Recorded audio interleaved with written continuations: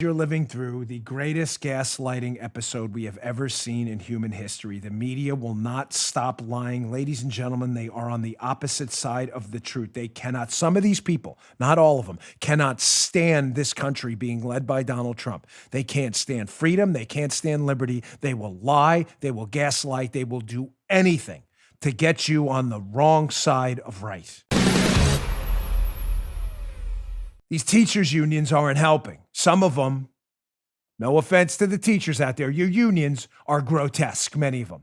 Horrible, horrible entities that don't give a damn about the kids. Not all of them, but a lot of them.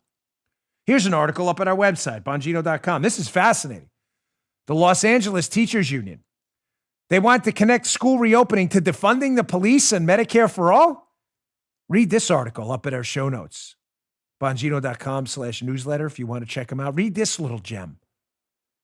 They want to connect it to calls for defunding the police. They attack charter schools in their memo too. Their plan for opening schools, they take a shot at charter schools, and they're calling for defunding the police in their study, dreaded air quotes, on opening schools. Don't worry, these teachers' unions are in it for the kids. It's disgusting. It's disgusting. Explain to me again how, the 16-year-old at the checkout counter at Publix who's been working there from day one, explain to me again why the risk to her is okay. I know, we see her all the time. The risk to her is fine. The people in the post office, the sanitation workers, the cops, they can take a risk, but no one else has to take a risk. We have to take risks. Paul and I have to work. I have to produce for my kids. But you want the risk in this union, you want the risk to your employees to be zero, which is impossible. Meaning you're not in it for the kids. You're in it for you. Yeah, I'm sorry. This is tough medication, but it's necessary. This is a real conversation in real time about not good and bad choices, bad and worse choices. And the worst choice in the world is to cancel 2 years of a kid's life with no exit ramp. We don't have a vaccine. We've been forced to live with this plague. What's your plan? Because we can work on things, staggered entrance times, staggered classroom times. You can distance. You thought masks work. They don't. I'll get to that. But if you wear a mask if you're a teacher and you believe it works. It doesn't. But if it makes you feel better, wear one.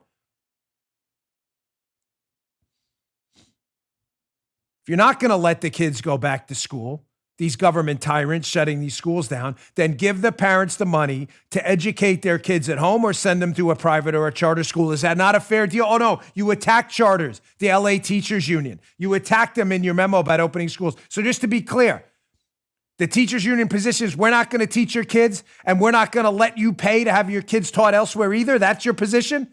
We're in it for the kids. Really? Because that kind of sounds like you're in it for you. That kind of sounds like that. We're in it for the kids. We won't teach your kids and you won't teach them anywhere else either. And by the way, they'll attack homeschoolers next.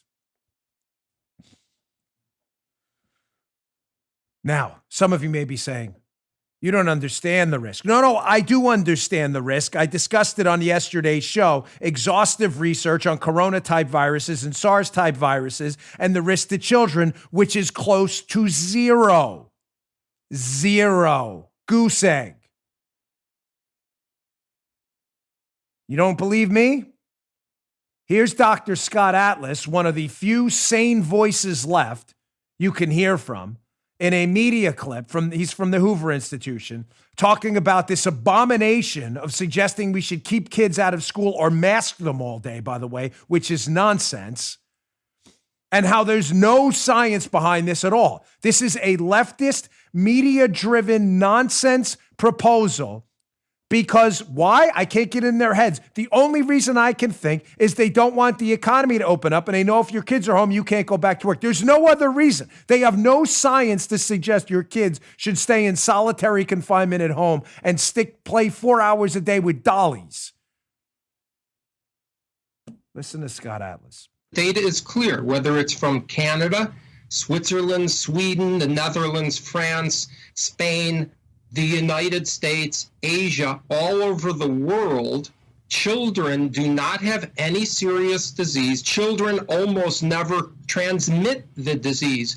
In fact, Switzerland is contemplating stopping even testing children because it's irrelevant. This is data proven. If you don't know this, then you shouldn't be commenting on the disease, frankly. There is no serious risk of even getting the illness, but that's not even the point here. I want to go even further.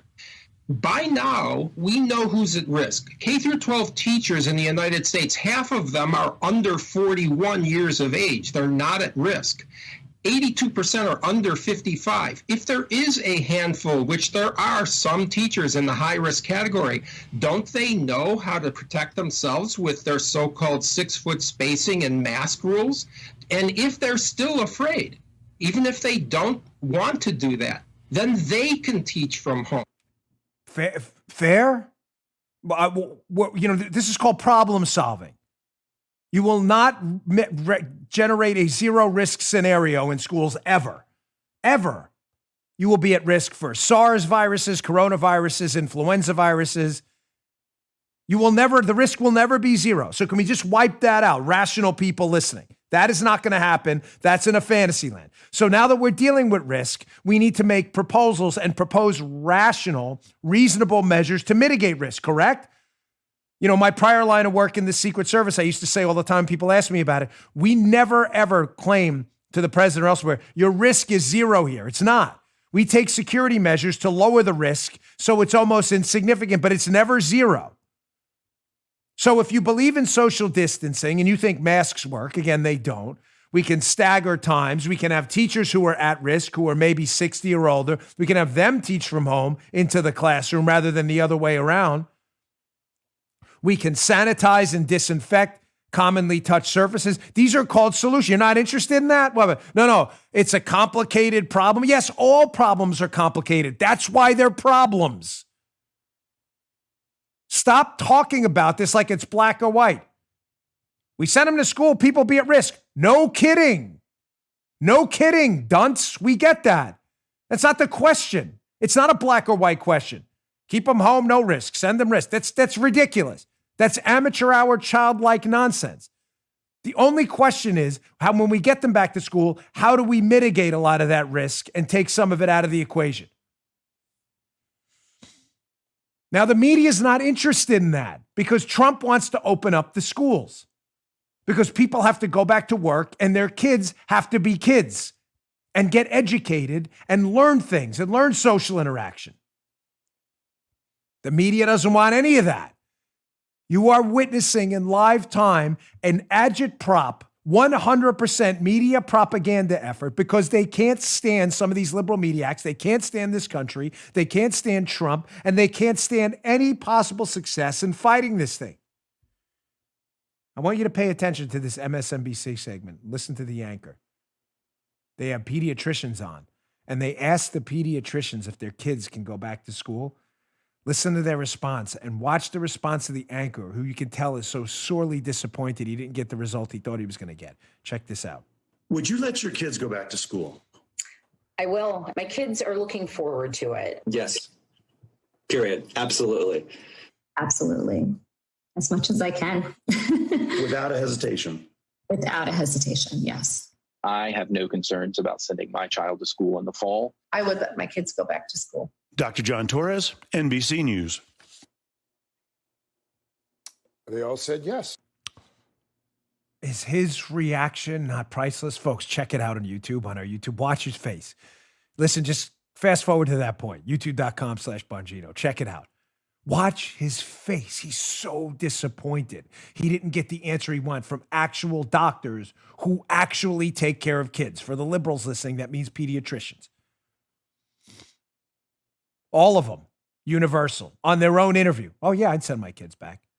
So let me get this straight. The actual doctors, remember, according to the media, except for the actual media themselves, you're not allowed to comment on coronavirus if you're not a doctor. Again, unless you're a member of the media who knows nothing about anything. You've got a degree in journalism, which I feel bad for you that you wasted your money, but whatever. That's a whole other topic. Very sorry you did that. But you can comment because you know everything about everything. You know actually nothing about nothing.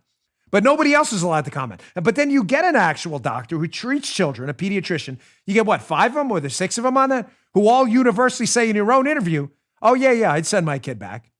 This is what they do, healthcare for kids. And the guy's like, well, they all said yes.